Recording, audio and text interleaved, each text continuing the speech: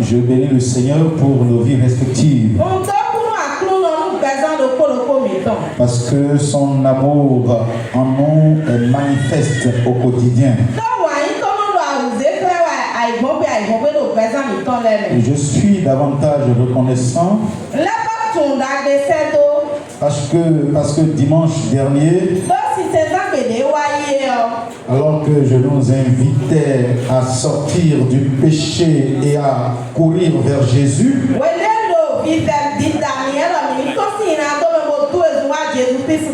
et à répandre la bonne nouvelle autour de nous, alors que je nous rappelais que demain ne nous appartient pas et que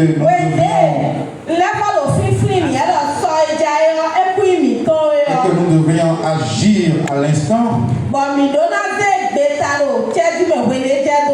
je suis heureux qu'à la fin du culte, des frères et sœurs sont allés me voir pour prendre un engagement sérieux dans leur adoration. Ce qui constitue la preuve de ce que le Seigneur sait de quoi nous avons besoin. Et je prie du fond du cœur que cet engagement soit permanent dans la vie de Jésus.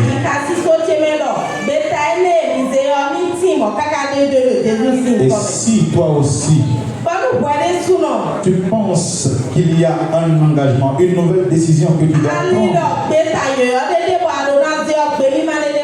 pour améliorer ta relation avec Dieu,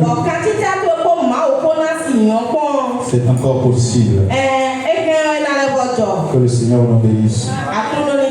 Psaume 34, verset 19. Psaume 34, verset 19.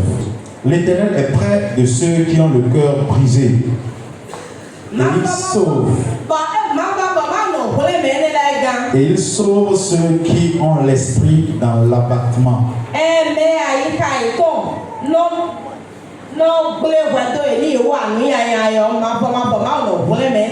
Et ceux dont l'esprit est abattu.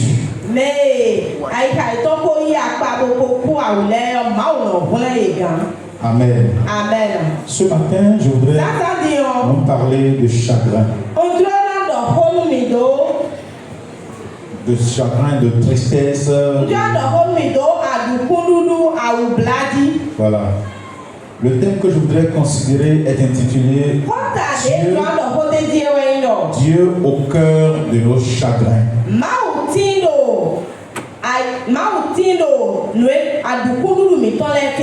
Dieu au cœur de nos chagrins. Le chagrin, voyez-vous mes frères, c'est un état de tristesse, un état de douleur profonde qu'une personne peut éprouver quand il a perdu quelque chose, quelque de cher, ou quand il est dans un besoin important, sérieux, qu'il n'arrive pas à satisfaire. Et j'avoue que depuis un certain temps, quand je m'assois et que je fais parcourir mon regard, je balaie le temple des yeux, du regard,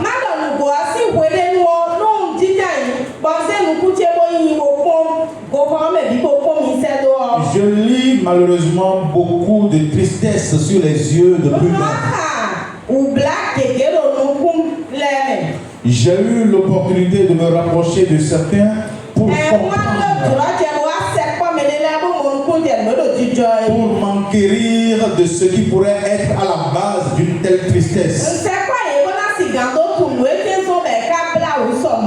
Et les retours que j'ai eus m'ont conforté dans mon constat. Et je pense que c'est entre autres pour cette raison que le Seigneur m'envoie aujourd'hui vous dire ou non dire qu'il est au cœur de nos chagrins.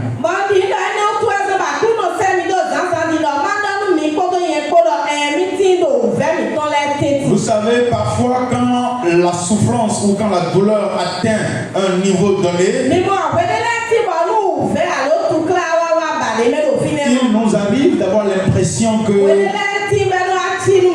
Dieu n'existe plus. Il nous arrive d'avoir l'impression que Dieu ne voit plus, que Dieu n'entend plus. Mais la parole de Dieu nous dit ce matin que l'Éternel est près de ceux qui ont le cœur brisé.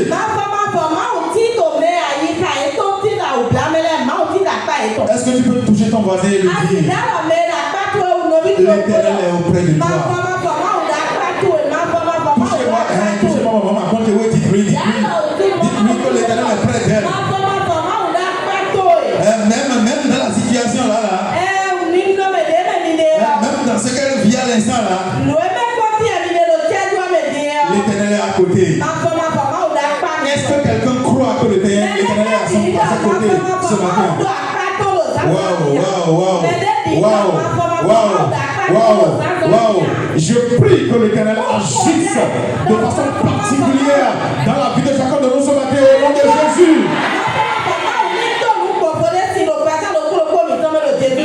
Je voudrais développer ce point ou ce message en 5 petits points.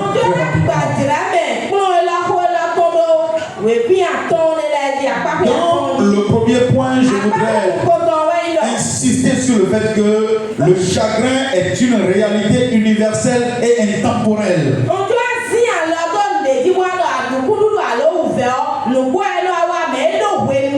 C'est-à-dire c'est une réalité qui est présente partout dans le monde. Et que ça traverse tous les âges. Ça se vit à tout moment, en tout temps.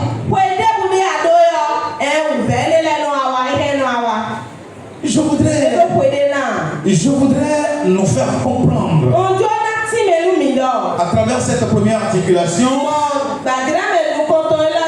que nous ne sommes pas les premières personnes qui traversent des moments de chagrin.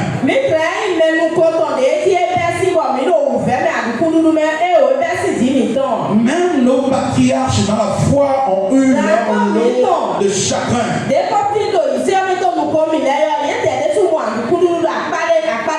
Abraham, le père de la foi,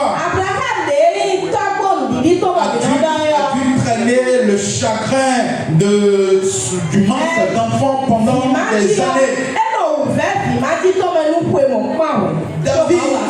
David, selon le cœur de Dieu, a pu traverser ces moments de souffrance, de douleur. La Bible nous a même signifié qu'à un moment donné, le roi David a pleuré la perte de son enfant. Même Jésus le Christ, le sauveur de l'humanité, a eu à pleurer. Et je me souviens lorsque nous faisions les jeux bibliques à l'église, on nous demandait quel était le verset biblique le plus court. 11, verset 35. La Bible nous a dit que Jésus a pleuré. Pourquoi Jésus a pleuré? Parce qu'un être cher est parti. Parce que Lazare, celui qu'il aimait, a connu la mort. Mais mieux, Jésus a pleuré parce qu'il lisait l'incrédulité de la vie des contemporains de Lazare.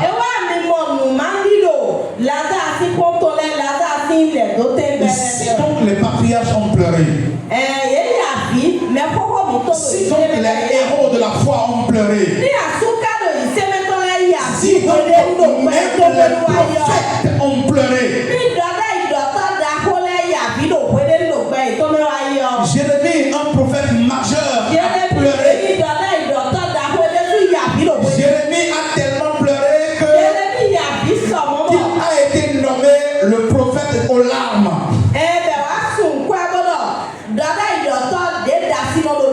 Et ses pleurs ont même été consignés dans la parole de Dieu.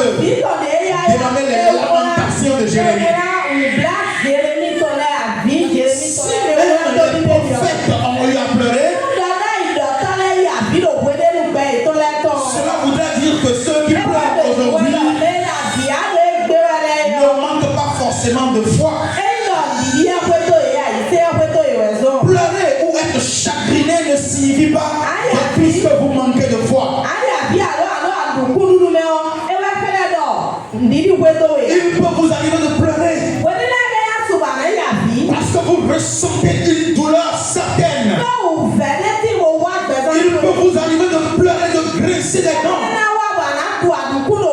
Et ce n'est que la preuve de votre humanité. Cela fait partie des conditions humaines. Depuis que l'humanité a chuté dans le jardin d'Éden, nous sommes maintenant livrés à la souffrance. Et cette souffrance se manifeste de différentes manières dans la vie de chacun de nous.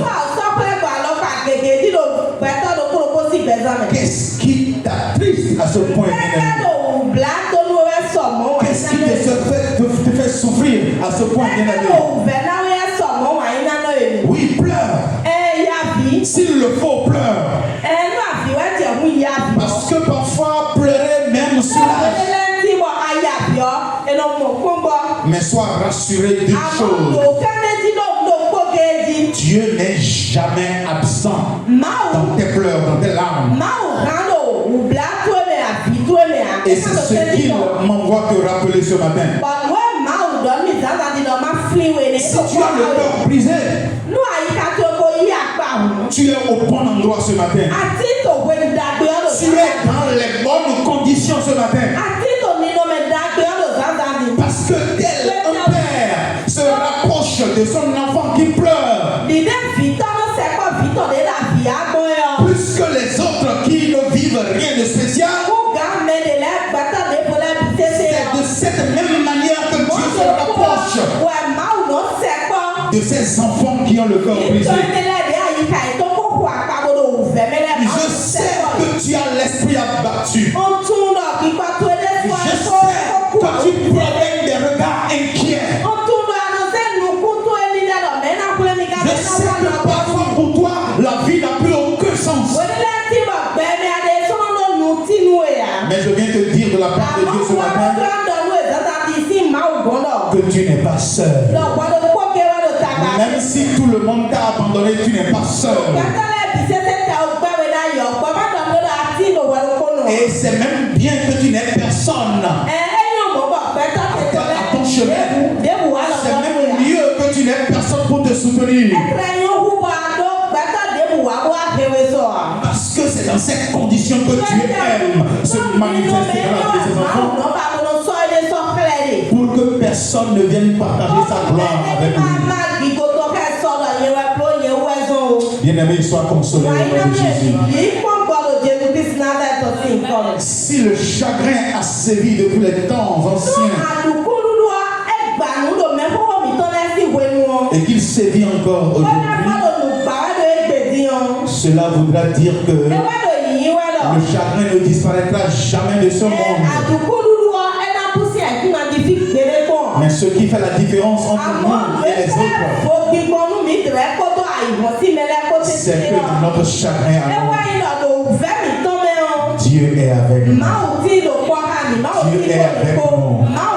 Dieu est avec nous. Et cela me rappelle ce chant que j'apprécie beaucoup. L'un des premiers chants que j'ai eu à apprendre dans mes premières années de vie de foi.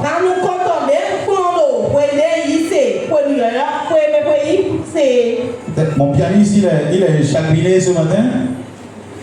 C'est bon, il est là. Mon meilleur ami, c'est Jésus. Mon meilleur ami, c'est Jésus. Il me préserve de mes chutes, combat pour moi dans mes luttes. Mon meilleur ami, c'est Jésus. Est-ce que tu peux chanter avec moi? Mon meilleur ami, c'est Jésus. Mon meilleur ami, c'est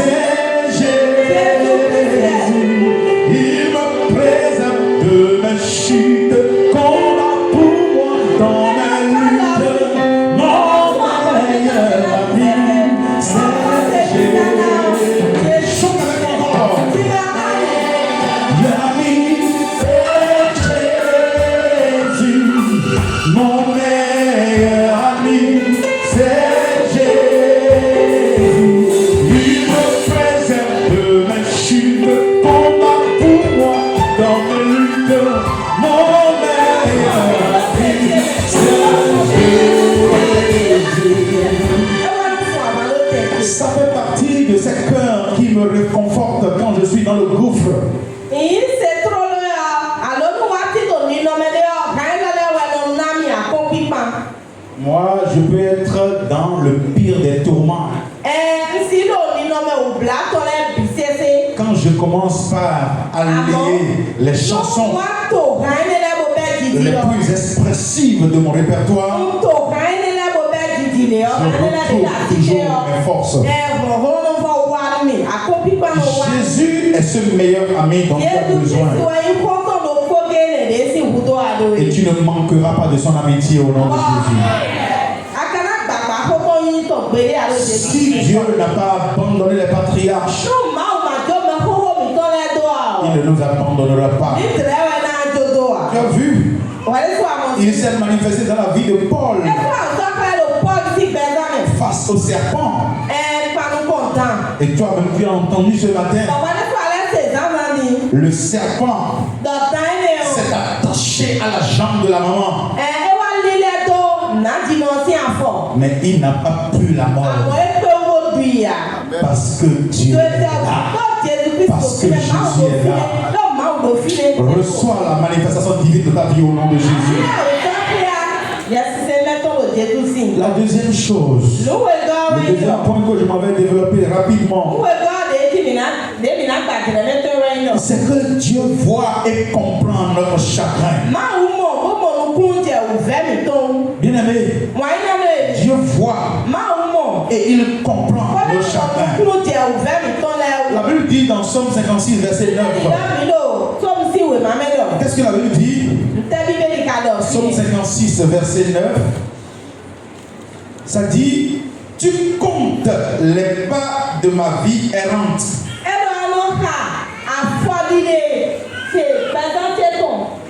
Recueille mes larmes dans ton outre. Ne sont-elles pas inscrites dans ton livre? Amen. Tu recueilles mes larmes dans ton outre. Amen. Amen. Dieu, il voit. Quand tu pleures, Dieu te voit. Quand tu cries, Dieu t'entend. Et il ne permet même pas que tes larmes se versent par terre. Et il inscrit dans son livre tes plaintes, tes pleurs. J'ai envie de dire à quelqu'un ce matin que Dieu te voit, que Dieu t'entend, que Dieu te comprend. Dans ta douleur, Dieu te voit. Et lui seul sait à quel moment il va intervenir pour que tu sois satisfait. Tes larmes sont en train de tomber dans ses mains. Et il prépare ta vengeance. Ta vengeance sera certaine. Le Seigneur te fera le rappel de tes souffrances actuelles au nom de Jésus. Et cela me rappelle Genèse 16, verset 13. Dans Genèse 16, verset 13. Lorsque Agar était dans la souffrance, dans la douleur avec son fils,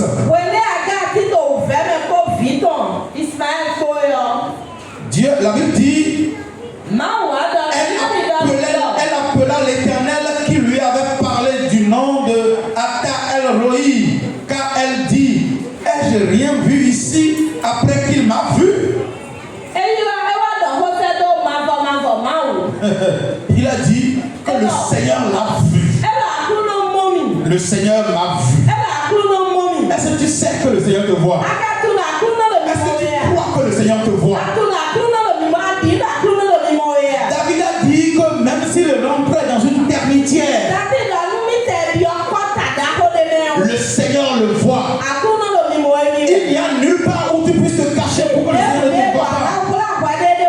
Même si tu me caches à moi ta souffrance, même si tu me caches à moi ta douleur, le Dieu qui voit dans l'invisible te voit. Et il qu'il va te consoler bientôt. Oh, je te dis qu'il va te consoler bientôt. Amen. Le Seigneur t'écoute. Non seulement il te voit, mais il t'écoute. Et il inscrit tes plaintes dans son livre afin de réagir au moment convenable. Ce n'est qu'une question de temps. Amen. Ce n'est qu'une question de temps. Dis-le à ton voisin, ce n'est qu'une question de temps. Ce n'est qu'une question de temps. Il marche lentement, mais il vient toujours à l'heure. Quand Lazare était mort et qu'il s'est pointé au 4e jour,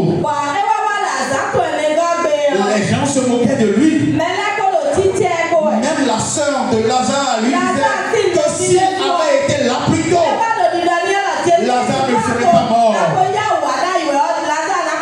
Mais Jésus ne voulait pas utiliser la puissance de la guérison. Mais il voulait se révéler autrement. Les gens connaissaient le Jésus qui guérit. Mais jusque-là, aucun d'eux ne connaissait le Jésus qui ressuscite. Mais ce jour-là, la résurrection a été découverte. Je ne sais pas quel genre de miracle Dieu a révélé pour toi.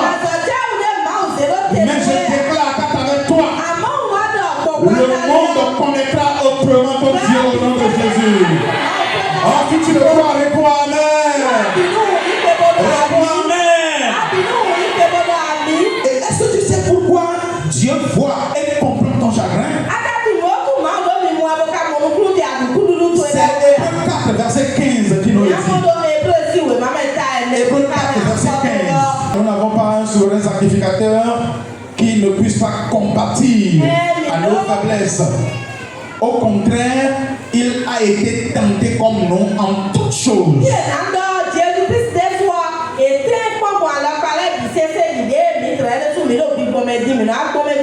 Bien-aimé, la raison pour laquelle Dieu comprend, Jésus comprend nos douleurs,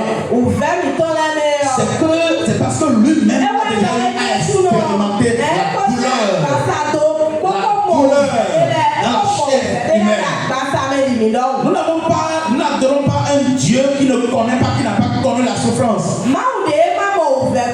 Il a personnellement pris sur lui la responsabilité de venir sur la terre pour endurer les mêmes souffrances avec nous, pour vivre les mêmes douleurs avec nous. C'est pourquoi il te comprend. Il te comprend. Quand il te met à fondre en larmes, lorsque la douleur devient plus forte, même quand nous les hommes on se moque de toi, même quand on te demande si toi une aussi grande personne, tu dois parler pour dire pas de choses. Jésus lui il te comprend. Parfois ceux qui se moquent de toi quand tu souffres ou quand tu te plains, tu te lamentes, c'est parce qu'ils n'ont jamais vécu ce que tu vis. Mais Jésus lui, il te comprend parce qu'il a tout vécu. Il ne nous reproche pas de pleurs, mais il nous rejoint dans notre vulnérabilité. Mon fils, pourquoi tu pleures? C'est ça, c'est à cause de ça. Ah, c'est normal que tu pleures. Parce que ça fait mal. Ah, ça fait mal. Ça fait mal. Quand les frères échouent à leurs examens et ils pleurent, moi je les comprends. Parce que j'ai déjà échoué à un examen. Mais ceux qui n'ont jamais échoué, ceux qui n'ont jamais repris une classe, quand ils voient des frères qui ont échoué pleurer, ils s'en moquent. Et ils ne comprennent pas ça. Jésus te comprend. Donc n'aie pas honte. N'aie pas honte. Jésus te comprend. Et puisqu'il te comprend, il agit dans tes saisons de chagrin. Dieu agit dans tes saisons de chagrin. Le chagrin, lorsqu'il nous arrive, il fait un certain nombre de choses dans nos vies. Et je voudrais en souligner trois. La première, c'est 1 Pierre 1, verset 6 à 7 qui nous le dit. Il dit, c'est là ce qui fait votre joie. Quoique maintenant, puisqu'il le faut, vous soyez attristés pour un peu de temps par diverses épreuves, afin que l'épreuve de votre foi, plus précieuse que l'or périssable, qui cependant est éprouvé par le feu, est pour résultat la louange. Amen. Le chagrin, c'est comme un feu. Et nous, au milieu du chagrin, nous sommes comme de l'or brut. Il faut que nous passions par le feu, que nous soyons éprouvés par le feu, afin de révéler notre véritable éclat. Notre véritable éclat, c'est cette confiance que nous avons, ou que nous sommes censés avoir en Dieu. Et donc parfois Dieu permet que nous soyons chagrinés, que nous traversons des difficultés, des épreuves, afin que notre confiance en lui puisse s'asseoir davantage, afin que notre identité chrétienne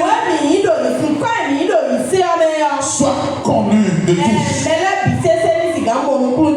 Bien-aimé, accepte d'être éprouvé, parce que l'or que tu es sera connu du monde entier au nom de Jésus. La confiance que tu as en Dieu, le monde en rendra témoignage au nom de Jésus. Amen. Et Psaume 23, verset 4 nous dit, quand je marche dans la vallée de l'ombre de la mort, je ne crains aucun mal, car tu es avec. Je ne t'entends pas. Car tu es avec. Car tu es avec.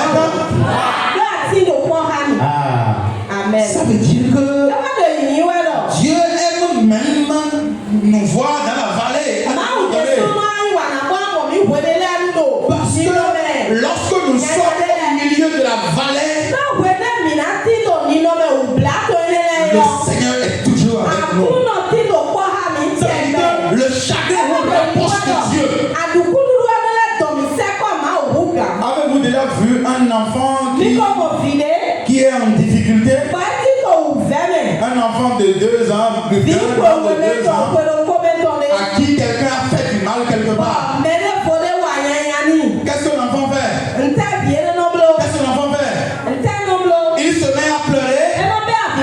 Et il court vers son père ou vers sa mère.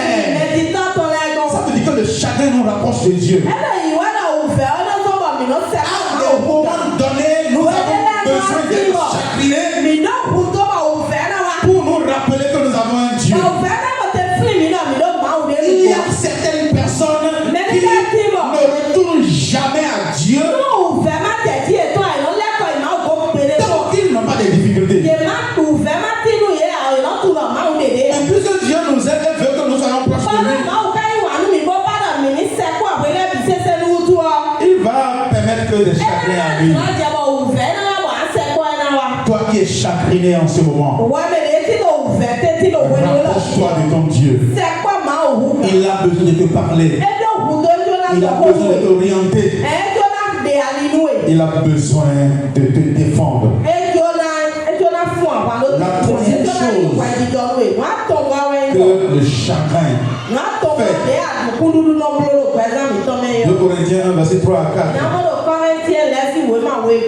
2 Corinthiens 1, ça dit, béni soit Dieu le Père de notre Seigneur Jésus-Christ, le Père des miséricordes et le Dieu de toute consolation, qui nous console dans toutes nos afflictions, afin que par la consolation dont nous sommes l'objet de la part de Dieu, nous puissions consoler ceux qui se trouvent dans quelque affliction.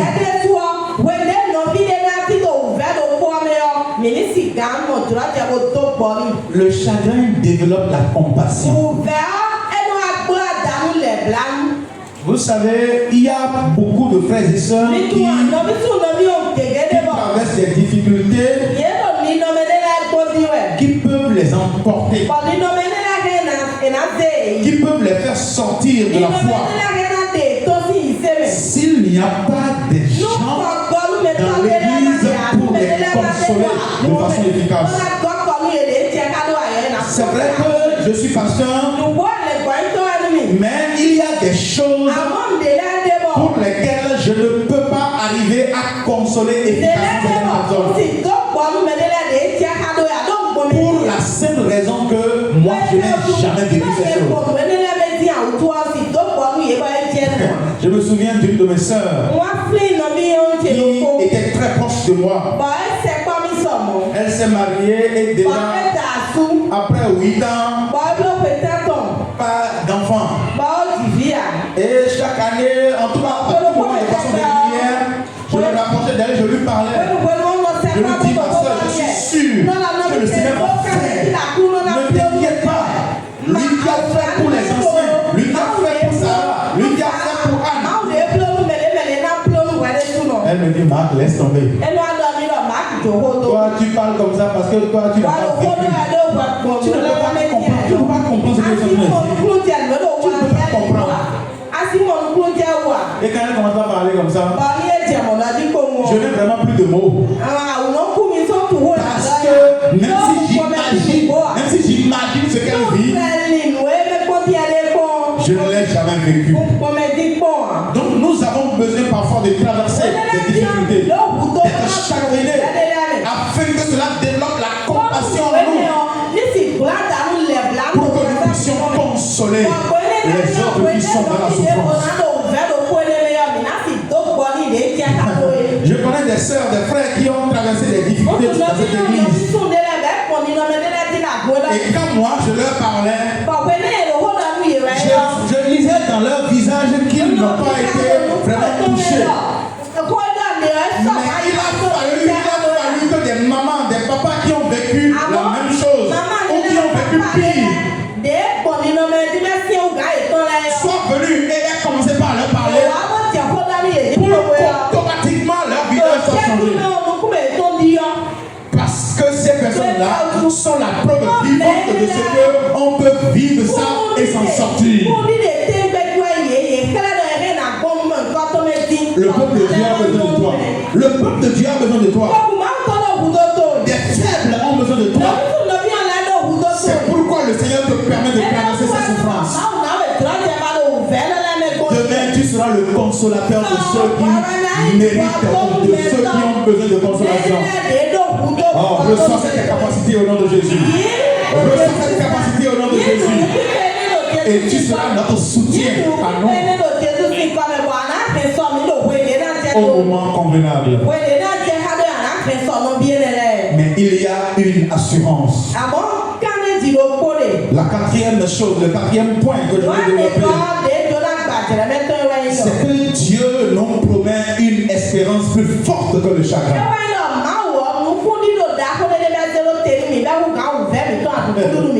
Psaume 30, verset 6 nous dit que les pleurs arrivent le soir, mais le matin, c'est l'allégresse. Et nous l'avons dit. La joie vient le matin, les problèmes. Amen. Même si les souffrances arrivent le soir, demain matin, tu seras dans l'allégresse.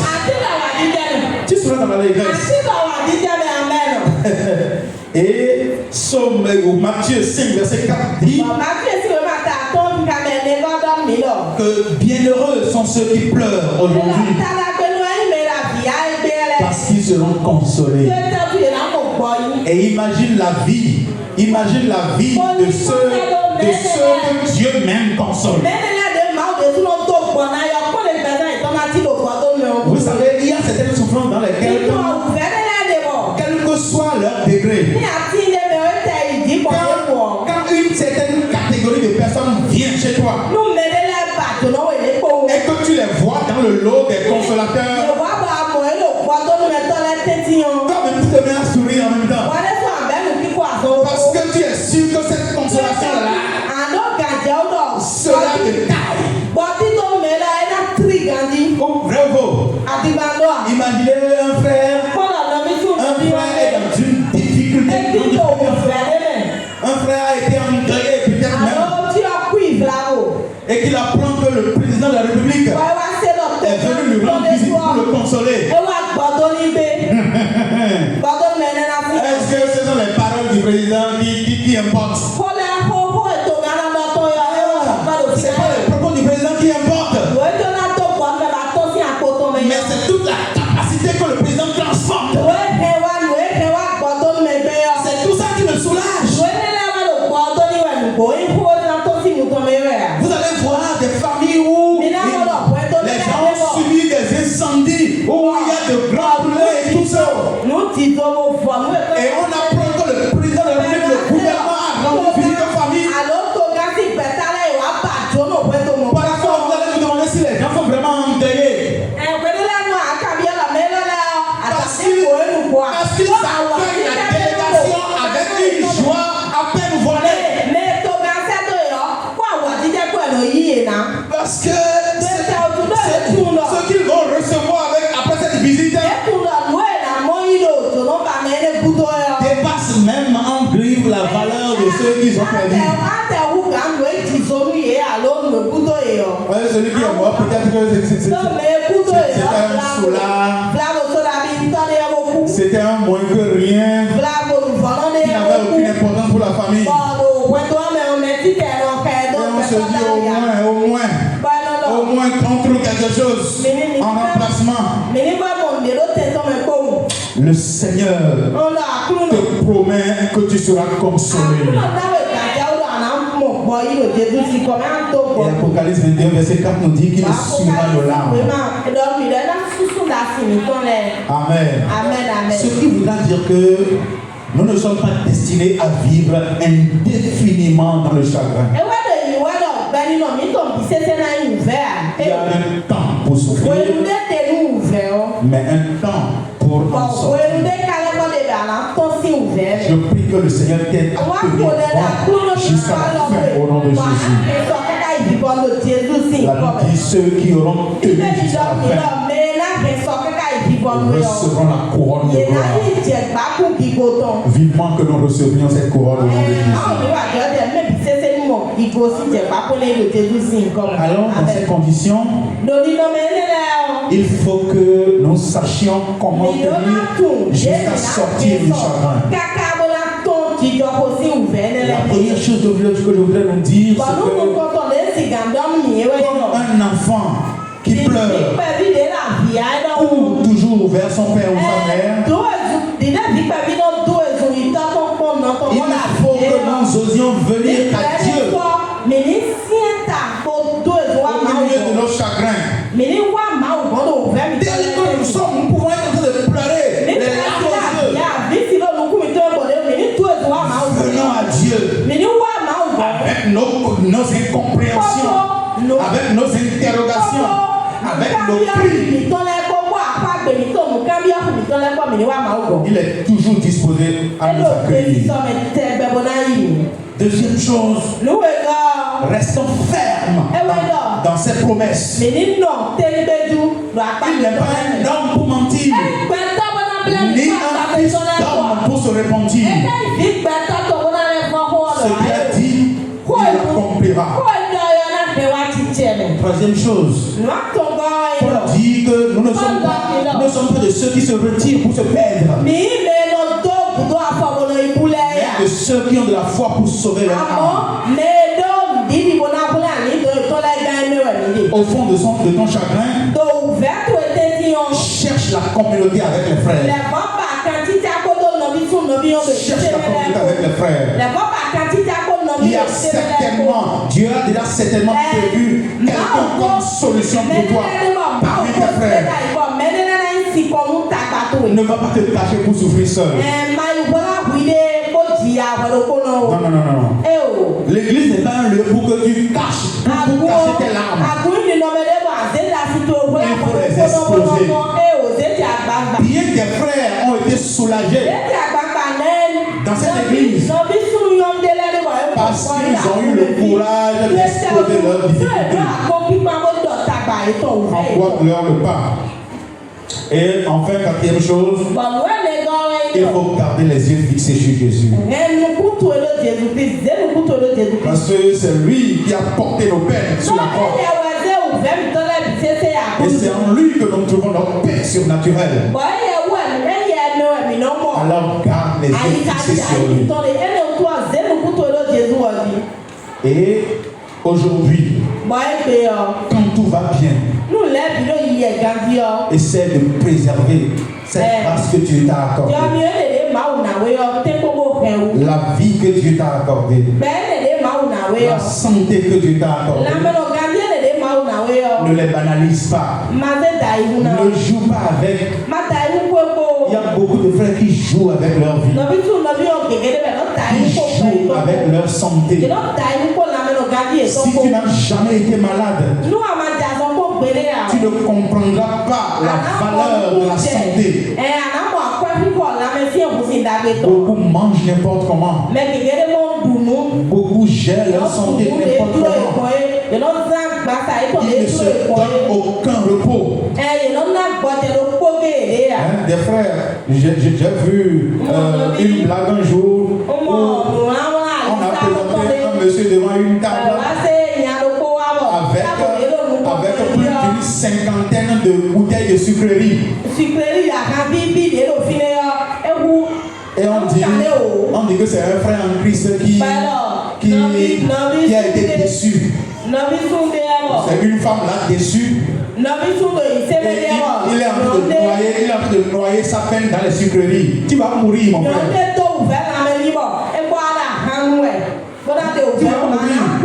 Prenez soin de votre santé et donnez-vous un peu de repos.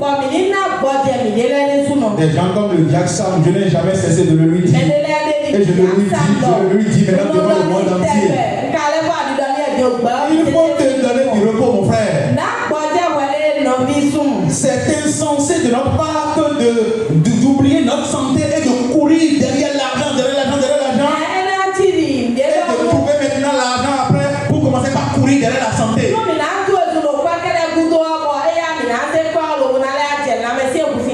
Et parfois on ne retrouve jamais l'ancienne santé qu'on a perdue.